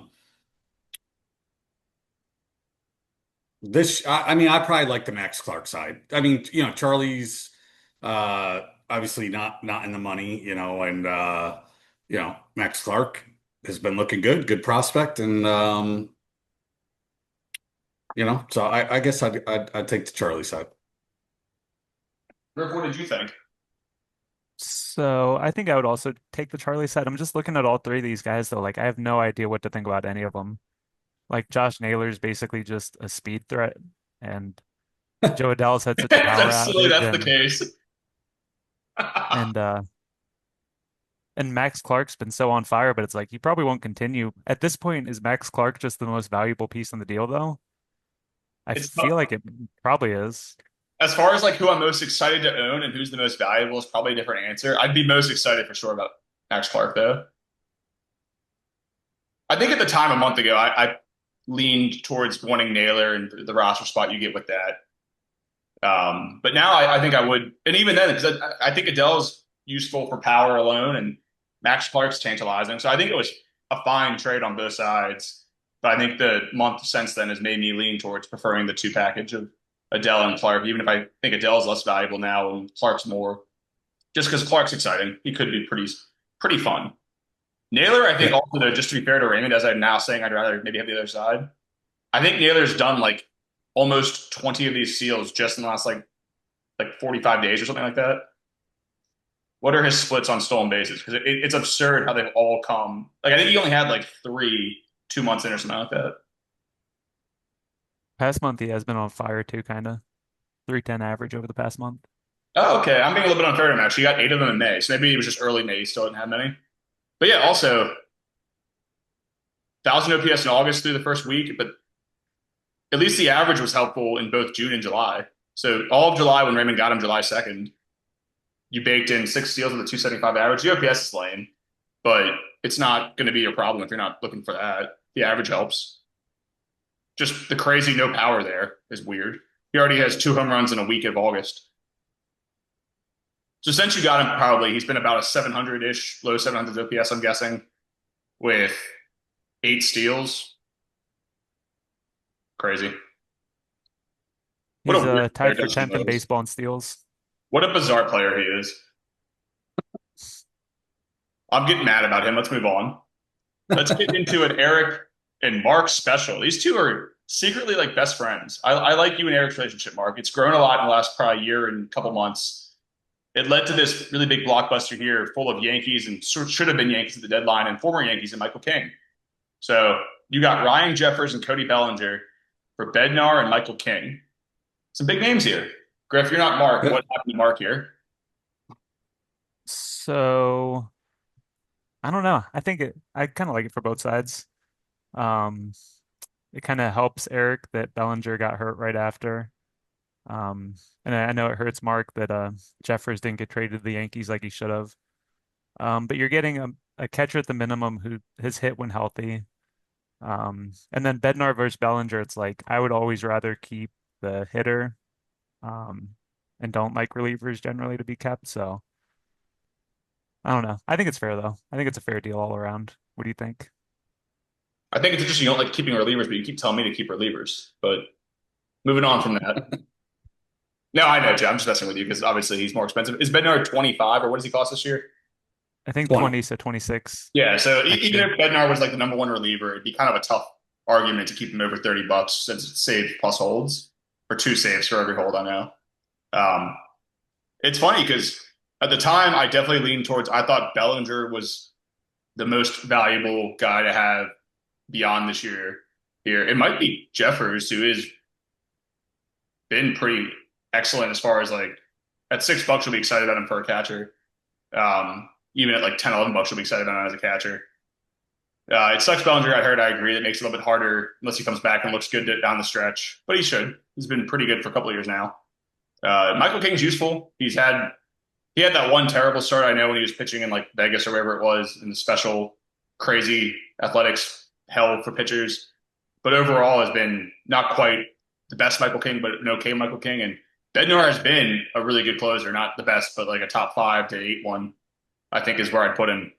So it's super useful for Eric for this year, I think. But again, if Bellinger didn't get hurt, I think it's not like you're just changing sort of where you're getting your help from because I don't think it's like you were giving away nothing to get a bunch of help this year. I think at the time I leaned slightly towards you, Mark, and now I probably lean like still slightly towards you, Mark, but I think it's fair. I'll also say it was kind of a blind spot on how cold Bellinger had been. I thought he was just like elite like he had been to start the year. But yeah, Yeah, Mark, do you want to talk about it? yeah, Mark, tell us Yeah. what happened here. Yeah. So, I mean, I looked at it like I'd gotten Joyce. I knew he was getting ready to come back.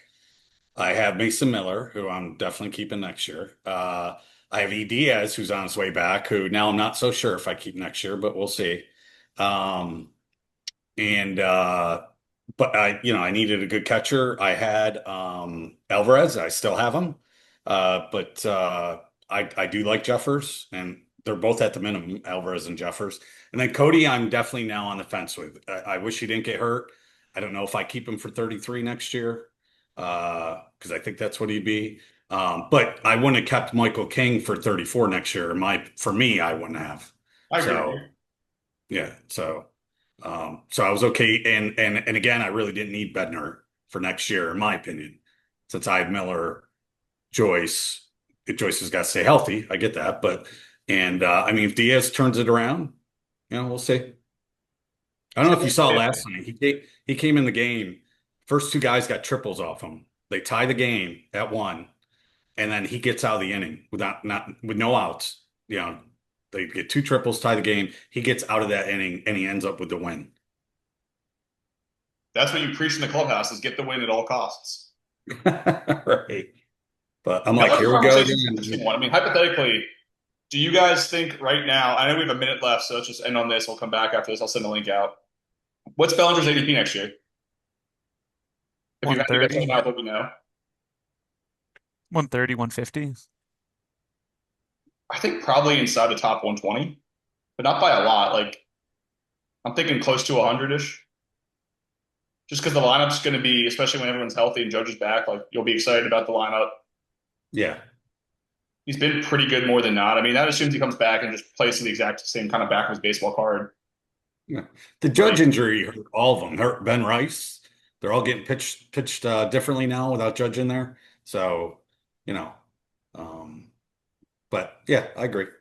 We'll see. I think I tend to keep Bellinger though instead of. I got to double check. All right. Welcome back, guys. Home stretch, hopefully. even though we still have like at least 5 or 6 more trades, I think. Let's get back to the fun. Mark, you were starting to talk about, I believe, Bellinger versus Riley Green or something like that. Yeah, yeah. I've been thinking lately that, although I know in our draft Riley will probably go for at least 50, but I would probably maybe lean a little more keeping Cody than Riley, to be honest with you. Yeah, I Just think it'll be 'cause- someone you're keeping, even if it's not like yeah, crazy good value. It'll still be yep, someone you're setting up. yeah. All right, let's get back to it here. 1 for 1 here, getting simpler again, thankfully for this one. This is a Jack and Kyle. Corbin Burns for Charlie Condon. Mark, do you want some Corbin Burns or do you want some Charlie Condon? When's Burns pitching again? If you ask nicely, He's maybe. throwing a bullpen on Tuesday, so I think he's coming back soon. maybe early, maybe early September, the blurb says. Okay.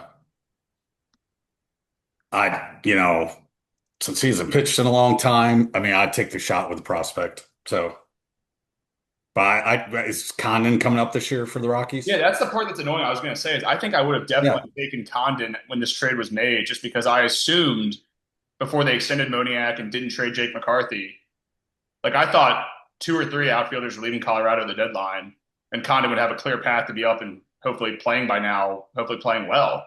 Like I thought Condon was seven. I mean, it's impossible to have a rip-off trade or a great trade, but I was excited about Condon, and now I think Yeah. it's fair. But I definitely wanted Condon. And I'm sorry, I jumped in front of you, Griff. My apologies. Uh, I think I would take the Condon side. Just, Yep. Burns probably has a higher medium outcome, maybe. I agree. Higher chance like of $5, $10 surplus, but Condon at this point, I feel like I see him on all the lists for like number one guy to stash, for this year at least, like number one prospect. So I would take Condon. Hmm. Yeah. 2 guys who I think they probably both thought when they made the trade would have ascending value from that day forward, since Condon probably is up soon and Burns is probably pitching in a month from whenever you made the trade or soon. Burns will be back, and I think you're right that his median's higher. So again, it's fair. Would you guys still, last thing on it, would you rather today, even though Condon's probably not coming up for at least another few weeks if he does it all this year, so after the deadline to keep rookie eligibility, would you rather have him or Burns right now with what we know? So I think I'd rather have Burns actually, now that I'm thinking about it, just because I have more spot in my injured list than the prospects. So I actually would actually rather have Burns. Yeah, I think I could argue the same thing, especially because if you're going for it at all, I know neither of them are. Burns will help you this year. Condon, I think, will come up before the year's over and get his feet wet. But I just have no confidence now. They kept McCarthy, Moniak, they have Carey, they have Johnston. They got rid of Doyle. That's the only one they got rid of, basically. Like, even if Condon's up, how much will he play? Rumfield's great at first base, so he's not going to play a ton there. It's going to be tough to get a ton of value, I think, this year, at least out of Condon. We'll see about Burns. Also, he's a pitcher who's had a ton of mileage and off a big injury, so we'll see. Hopefully, they're Yeah. both super valuable next year and beyond. And there were questions about Burns, like even pre-injury. So It's crazy with Jack here because he's made like some involvement in like 10 of the last like 12 or 13 trades, I think. He's not done yet. Next one here, Drake Baldwin for DeVries and Cholosky. This is Jack and Raymond. Mark, what's your thoughts here? I'm on the side with Raymond because I like Baldwin. I know he's got Langoliers, but I think he was maybe hurt at this time, or maybe he wasn't, and Raymond maybe wants to trade one of them. I don't know, but I like Drake Baldwin. So, and Rock, who knows when Rock's going to be in the majors? So, by the time he gets in the majors, he could be $11 or 16. Who knows? I don't know. So, Where do you land? so I think overwhelmingly the Baldwin side. Um, to give Jack some credit, I guess Leo DeVries was like the number 1 to 3 prospect, and Cholowski, I feel pretty confident will be up next year. Just with how highly people talk about him, but I think Drake Baldwin's at worst top 15 keeper in the league. I think maybe closer to top 5, top 10. I don't know if that's being a little too aggressive, but I think Baldwin is just amazing. So to he get him for is. 2 prospects, it feels like the mystery box could be anything, even Drake Baldwin. And the costs are so similar. It's like I could get it if Drake Baldwin was like $21. Then it would make a lot of sense and I could see it. But $6 next year, $11 Drake Baldwin, so good. So easily that. Yeah, I'm not. I won't say too much because I think I'm with you, Griff. 85, 90% of the way. I think it's a pretty great get for Drake Baldwin if you're Raymond here. The fact they all cost the same is what I was going to say is the toughest part because Baldwin, I think, is probably not actually quite as highly rated in my mind as a keeper, but he's a slam dunk keeper for a few years, I think, and just looks incredible.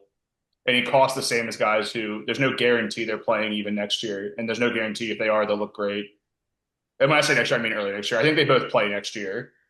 Um, and I'm super excited about DeVries and Chalosky. And truthfully, there's like at least a 10, 15% outcome. One or both of them are legitimately that good. Um, so it's not like a trade that I would say is the worst thing I've ever seen or anything. I'm not trying to be too mean to Jack there, but just getting the bird in the hand that is Baldwin. Like Baldwin, if you're Jack or building, is one of the guys I'd want to build around.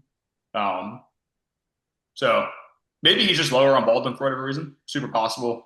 I know he acquired Baldwin earlier this year. Maybe he has since soured on him some.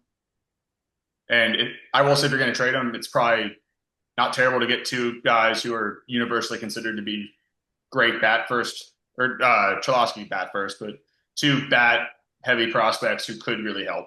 But I would definitely prefer to have Baldwin.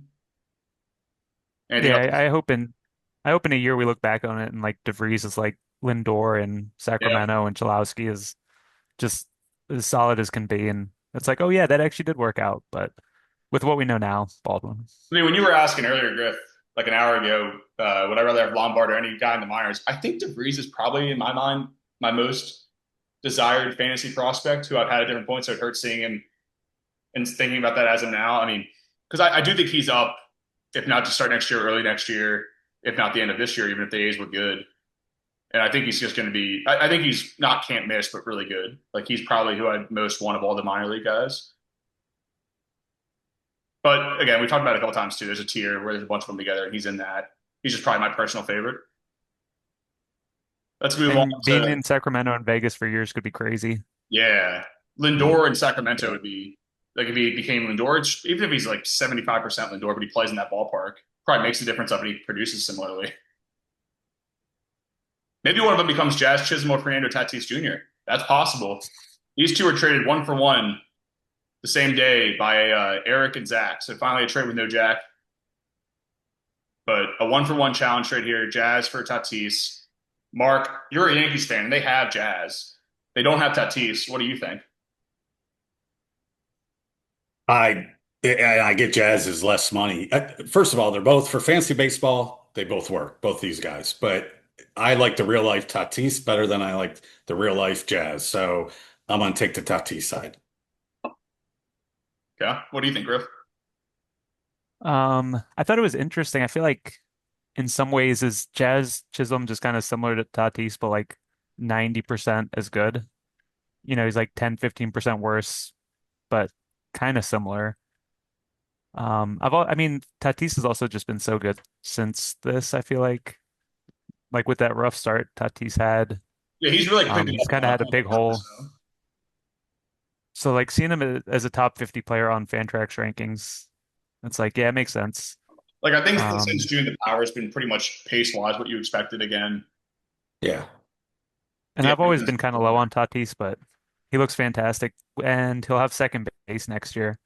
So at this point, do you think you would keep both of them, like a $37 Chisholm and a $59 Tatis?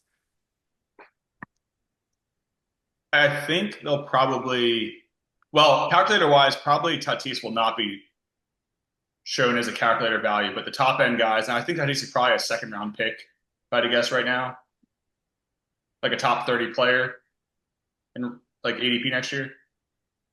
If I had to guess, I'm guessing he's probably going to end up around there.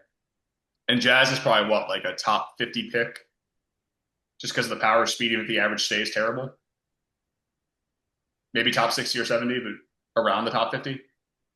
Yeah, 30, 25, 30, and 60, 70, I think for I both. try to just really think about them as far as like, are they values or not? And I think if that's where they end up being, they're probably both keepers at cost or close to it, right? Yeah, I think $5, $10 each, Yeah. probably closer to 10. Yeah. So probably. That said, I mean, as far as like when they made the trade and what they did, I would rather have Tatis than slightly. But it's funny because when they made the trade, I probably wouldn't have thought Tatis would be kept because he had just, I think, was in the first 3 or 4 weeks of being good. I feel like it wasn't until like mid-June he started really turning it on again. And I think when I thought about it as like Chisholm might be the one you keep if you keep either one, I probably thought it was pretty fair. Now I would lean Tatis, I think, more comfortably, but not by a mile. Like all Jazz needs is one of his regularly each year he has it like a 300 average month to get his average back to like 235, 240, and then suddenly a 240 guy with 25, 25 type, maybe more, in a good lineup when Judge is back. You're really excited about. If it's 215 or 220, you're not as excited about it because it kind of hurts you. We'll see what happens with him. I think it's fair, but I'd rather have Tatis. What I'm trying to get to. Yeah. All right, man. We've talked about all these guys already. It's fun that like the same guys always get traded, and it's funny that it's almost always Brendan and Griffin just trading them too. So here's Brendan Griffin 2 for 2, Ashcraft and Soto for Ramirez and Dolander. Ooh, Mark. I heard you say ooh over there. What do you think? Uh Fair, I guess. I really like Soto. It's a shame Griff hasn't played, I don't think, one day for Griff Can't yet. play. Yeah. So but and Ashcraft, I mean, again, he's been up and down, but at one point he showed like he was pretty damn good. And so to your point, Nick, I think you mentioned this is most innings he's probably thrown in his career, so maybe he is a little gassed, but yeah, could end up working out great for Griff. But this trade being made, yeah, for me, toss up. I mean, I think this is just like a window into what Griffin is at his core. Like Soto is better than Ramirez for fantasy, I think, when they're both healthy, but not by like so much that it's insulting they'd be in a conversation together. Like it's just like an early first versus a mid or late first round player to me. But like a half a tier difference in a way that like I'd rather have Soto for sure when they're both Oh healthy. yeah. And then Ashcraft though is the one, especially when the trade was made. I'm probably excited about keeping Ashcraft the most comfortably. Although Dollander looked good this year. I'm not trying to say Dollander's not anything. I just preferred Ashcraft by a significant amount. So like when you add the values together, probably on paper, I'd rather have Griffin side. Just sucks it didn't work out as far as Soto's just consistently hurt right now. Um, Right. the way that works, obviously the Ramirez side looks better right now, but I think it's a fine trade to have made, and I think it's the most Griffin Yeah. trade possible to have made. What do you think, Griff? Yeah, pretty much. I figured Soto, I was hoping would be back. I'm still hoping he's back like early September, Yeah, maybe. I think there's a risk he's shut down, but I'm yeah. I'm It's the risk hoping because the Mets is so bad. yeah, and with it being his second calf injury on a different calf, like it's kind of concerning. He said he's coming back. I really hope he is. But I figured to get a better player, but I'm getting, losing a month basically to get a very interesting pitcher. That's a trade I'll always do. It also doesn't help that Ramirez has kind of not been that good since coming back either, Yeah, other than the stolen bases. And I need an outfielder more, so I don't know. I just wanted to get some keeper value, like I always do. like I said, very Griffin move to have made, but a fine trade on both Yeah. sides, I think. Yeah. So Eric and Oh, Zach. Oh, go ahead, Mark. What you uh, got? or no, I was just gonna say I felt bad when I accepted the deal because I think I texted him at like 11 that morning. He got back to me at like 11:15, and I was driving with my mom and wife to get like lunch somewhere. So I didn't see it until like 12:10, and I think the first game was 12:15. So I was like, if I'd accepted it, he didn't see it. His Then he has lineup to would have take been his illegal. And he would have had to drop someone, but his team's so good there's like no one to drop. So I was like, dang, I kind of felt bad afterwards when I saw that. But he saw in time, so it worked out. But we can go to the next. One thing about Brendan is he's very attentive. I'm sure he was able to see it. Let's do an Eric and Zach one here. It's a pretty big one. So Byron Buxton for Devers and Wheeler. Griff, you're a first Hassan. What do you think happens? Is it a good trade? I I think I like it. For both sides, maybe. Um, when Eric put Buxton on the block, I offered a Muncy, and I was like, I don't know, maybe that's a solid offer. But I think this is definitely a stronger offer than I made. So in that sense, I would have taken it. I think you get Wheeler, who is expensive but top five, And 10 pitcher in incredible. baseball, right? Yeah, And incredible. keepable. So, and Devers, who will help you this year at least. Um, I like Buxton long term, but sometimes you just gotta make those moves. Yeah, I feel like it's a tale of like when did you start paying the most attention to the season? Because Buxton was awesome till the injury, and then he came back, and he's hurt again now. But he was like on like a 60 home run pace for the first couple months there, and he's obviously the cheapest and the best keeper generally here. But Wheeler missed the first like 3 or 4 weeks, and has just been Zach Wheeler since then. And Devers was abysmal for a while there, but I think until pretty recently was one of the hottest hitters in baseball and has been really good since like June 1st. Like he has like a 900 OPS. So it's awesome, guys, to get as far as like making a push to finish as high as you can for Eric. And I agree with you. I think Zach did okay here, getting a pretty significant surplus in Buxton for next year, close to a win-win, and probably pretty Yeah, I fair. mean, if you Like I think your Muncie offer and is if not bad, but I'd rather have this too. no, I totally agree. And moving, if you can move from fourth to second, I should know how much money that is off the top of my head as the treasurer, but A couple it's probably a couple buy-ins, $100. yeah, a couple buy-ins. Yeah. Yeah. So trade Buxton for a couple $100. Why not? Yeah, Mark, you'd be Although Yeah. I was gonna say we should ban Wheeler. I don't know if you saw how he's like a cheater apparently and like steps on the like he doesn't pitch from the rubber, he pitches from like yeah, the side of the rubber. So I think we should take action independently, but that's just that's metal. What about Eric and Zach a day later? No, sorry, 20 minutes later. Another one that could have probably been the same trade, but Gossman for Pavetta.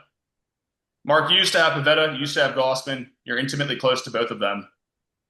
What do you think?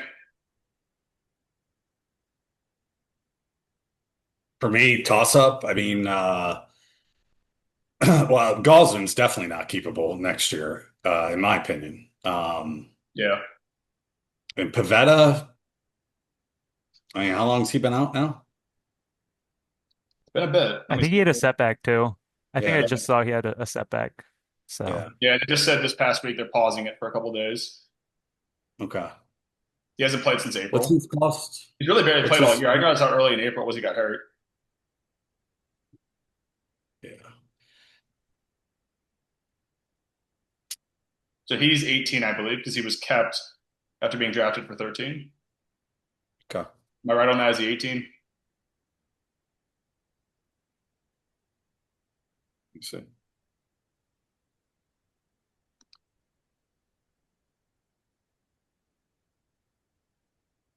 Yeah, he's 18 right now. Yeah. Yeah. So he's definitely the more keepable, although it's tough because he's only made 4 appearances this year and might not come back or might not be back until the very end. Right. I don't know if I'd keep either one of them. So Yeah. Probably Gosman's for what, like that because if you keep one, 33? it's probably Pavetta, but Gossman's definitely Yeah. cheap now that he's going to the Cubs. I like that better for him, better team around him. Yeah. I think Gossman yeah, a not uncomfortable margin, but I don't think it's like a blowout trade here. Pavetta's okay to get, I guess. I agree. And I think the reason he did it is Gausman was like his worst pitcher.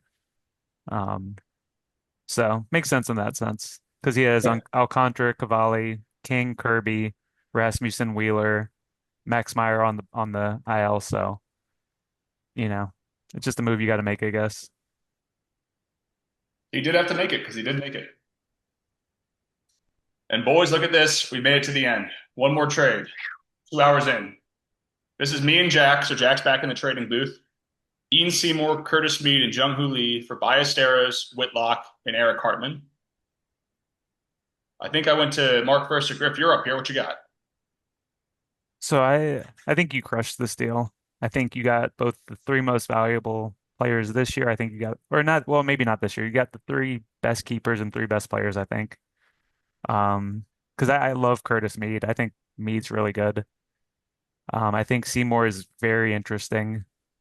I was trying to compliment other guys. Like I feel like he's similar to Foster Griffin, maybe similar to like Reed Detmers on my team. Um, I just feel like he's like a solidly middle, like interesting piece at this point. And then Jack getting back Ballesteros, who he dropped, Whitlock, who I think is interesting. I think out of any setup man in baseball, he's probably the most likely to close next year. Yeah. And at the minimum, that is something. But and then Hartman being, I think he was just called up to Double A, so it's so unlikely he'll contribute. I mean, he won't contribute this year or even early next year. I get he's like a 2040 bat, so I get that sense. He has so much upside. But yeah, I would take your side. Mark, what about you? Yeah, same as Griff. I'd take your side because of Mead. I like Mead. I actually kind of liked Ballesteros too, but I know he's not doing well, but I mean, he's got the pedigree to hit. So Yeah. I like Ballesteros a lot. He's catching. Got his 10th start today, so he's catcher. And if he gets to 20, he has it again next year. Great bat in the minors. I spent a good chunk of fab for him to get him when he came back up after the trade to the Angels. So I don't know if I think probably all three of the guys I have are the best keepers. Although I like hearing Griffin say that because it makes me feel good about the guys I got. I'm happy about that. I agree. I think Mead really leveled up, and I'm excited about him. He's probably the most exciting, I think, beyond this year for me. But Ballesteros, if he has catcher, is going to be pretty valuable, I think, next year. And even if he's not, if he hits well, I'll be excited about him too. Whitlock, I think, is like, I think Whitlock is more valuable as what he is than like what Ben Joyce is, for example. Not by a ton, but by a little bit, probably. Um, I'm surprised. So, do you guys think Jung Hoo Lee is like valuable beyond this year? I guess that's the part I'm most confused I about. don't. I think Lee's helpful this year for me, especially because I need average and OPS.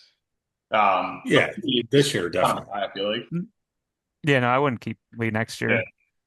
Okay, just making Um, sure I didn't disagree with you at all. Yeah, I'm excited about it. I hope it helps me beyond this year.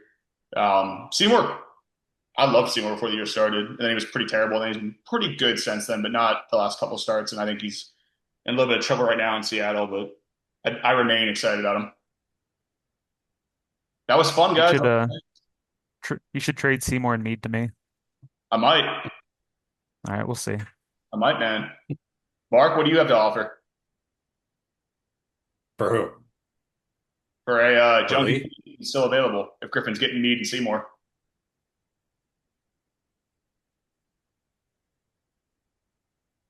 For me and Seymour? I don't know. I'd have to look at my roster. Too late. Griffin got him. All right. Hey, All right, boys. when Well, he probably already sent you a text. He did. He just texted me. Don't trade him to Mark. Mark's a shark. trade with me, I'm the doofus. Why? You'll come on here and say how badly I ripped you off. Well, yeah, then people Uh, keep coming back to me. let's talk pickups here. Is there any pickups you guys over the last 2 months think are good? 'Cause it's been literally 2 months since the last pod. I have Here we some. I, go. Defer to I Mark. looked You got since Mark did a lot of work on June. these, so let's see what Mark thinks, I guess. Well, I looked since June 1st. And a pickup to me was either claim or a trade. So I like Stan getting Lombard Jr. Of course, I'm a little biased to that, but I like Worked that. out pretty good. Yep. Uh, um, Nick, I do you like want claiming Carrig because I like him. Carey's been He's pretty awesome. good. Yeah. Um, I liked I did like the I understand the trade that Zach and Eric did with the Tatis and Jazz, but I do like Eric's side. I mean, maybe I'm wrong, but I might keep Tatis next year, $59. That's me. I look at these guys and I look in our draft and someone's going to bid more than $59 for Tatis. So, you know, um, I like Griff and I went back and forth on Conine. Yeah, I have Griff Cole on talked, my list for both of you. yep. So, but I'm glad Griff decided to drop him so I could pick him up again. Um, let me see here. I liked the Drake Baldwin for Raymond trade. Um, where was the other one? I think I had one more. Griff is out of here, dude. Oh, he left. Why'd he leave? He's you moving you can around. hear me, right? Yeah, you're good. Oh. My laptop's on 1%, so I'm like, And let me find that's my probably all I charger. got right now. But I mean, I do like Kyle Tucker for Kyle too. So Okay. because again, I think he's going to get back to what he was. So I'll throw some more in while Griffin's getting recharged up. I think one of my favorite ones for the last 2 months total is from June 29th. Brendan paid 13 for Esmeralda Valdez. oh, I forgot about him. Yeah, Yeah, yeah, yep, I mean, crazy streaky, but he's been so good. That's a huge help to yep, Brendan. He's been yep. awesome. I think another one of those back at the end of June, I think it was the 26th, Griffin getting Durbin, who he then traded. But regardless, Durbin, rookie of the year candidate last year, a guy I had and I really like generally. I know he doesn't have crazy good batted ball stats, but he does not strike out a ton. He's playing on the hottest team in baseball for the last month and a half and hitting like an 800 OPS, some power, some speed. I thought for Newnick, both of these were in the second half of July, the 23rd and 27th. CES and Tim Tawa both have been. Yeah. I think CES has cooled off some now, but playing every day, former prospect, great archetype of a guy to take a chance on. And Tawa's had like a 900 OPS since Nick got him. He's been really good for like 2.5, 3 weeks now. Uh, Vinny P for Eric on 722 and Eugenio to Zach on 722 after I cut Suarez. Suarez hasn't really done it yet. It's been like mostly what he's been so far, but he always has the amazing finish. So if he does it and starts doing it like this week, Zach will probably get something for him. And Vinny P could figure it out. I think Vinny P is someone who should be owned, and I don't think Eric actually paid all that much for him. I think it was a good pickup. Tyler Wells for Roman on 7-11. I know he since has cut him, but he pitched pretty good, getting some saves. He was great while he had him. And there's a chance he could have been, closing the rest of the year and been super valuable. You got some good stats, and I think there's upside for more there. You guys with Conine. And then one more for both Eric and Zach. Zach on July 1st getting Ty France over 1,000 OPS since Zach has had him. Yeah. He's one of the best players in baseball for over 40 days now. Yep. Cumulatively, like that's crazy, crazy good value. And I have been someone who's not liked him previously, but after he was cut, Eric picked up, I think it was like the 3rd or 4th of July, Keishel. And since then, Keishel has over the last 30 days like a 310, something like that average, over 800 OPS, which he's not someone I think will be good for that generally, but he's been great there now. And power and speed, so that's been super helpful for Eric. A lot of good ads in there. Yep. There's tons I'm still missing, Griff. Please help me out here. So unfortunately, I might duplicate some. You're fine. Um, Only looking at this page right now, I didn't even have this, but good cut by you cutting Taylor Ward. Like I know it's hard to make decisions on guys like that, so I'm always in favor of it. Just the situation's Um, so much worse now. He's not who I thought he'd be anyway. And now he's probably going to not play even every day, much less hitting the top one or two every day for the Mariners. Worst ballpark. It's tough. I loved him so much before the year started. I thought I got such a good buy at the auction with him. Me too. That's why I was like, maybe I'll have Yeah, you him. picked him And up. Good then pickup. I had him for like 1, 2 days, and I was like, yeah, he's just not gonna have any juice. It's not this Um, year. I tried to pick 1 or 2 guys for everyone. Some of it was hard, like for Sparky Kumar Rocker. I think he got rocked today. So, for Nick, for you, Cole Carrick, Noah Cameron, Foster Griffin. For Eric, Cade Cavalli, Yoendris Gomez. For Roman, I only had Cantillo. I don't know how he pitched today. I've always liked Cantillo, but I do like not Quintel. enough to. I dropped him, so he's been so frustrating. Mark also had him and dropped him. Ty France, I had. He's the no number 9 hitter the past month. I know Dude, you he's said he had been, it's more than a month even. He's been crazy. Tim Tawa. I had for New Nick, like you said. Yeah. Real quick on him, it's funny. Every time I see him, I remember Brendan, I guess, had him for a day. So I'm like, dang, I want him to do so badly. And then turns out it's on New Nick's team. You don't have to worry about Brad, it anymore.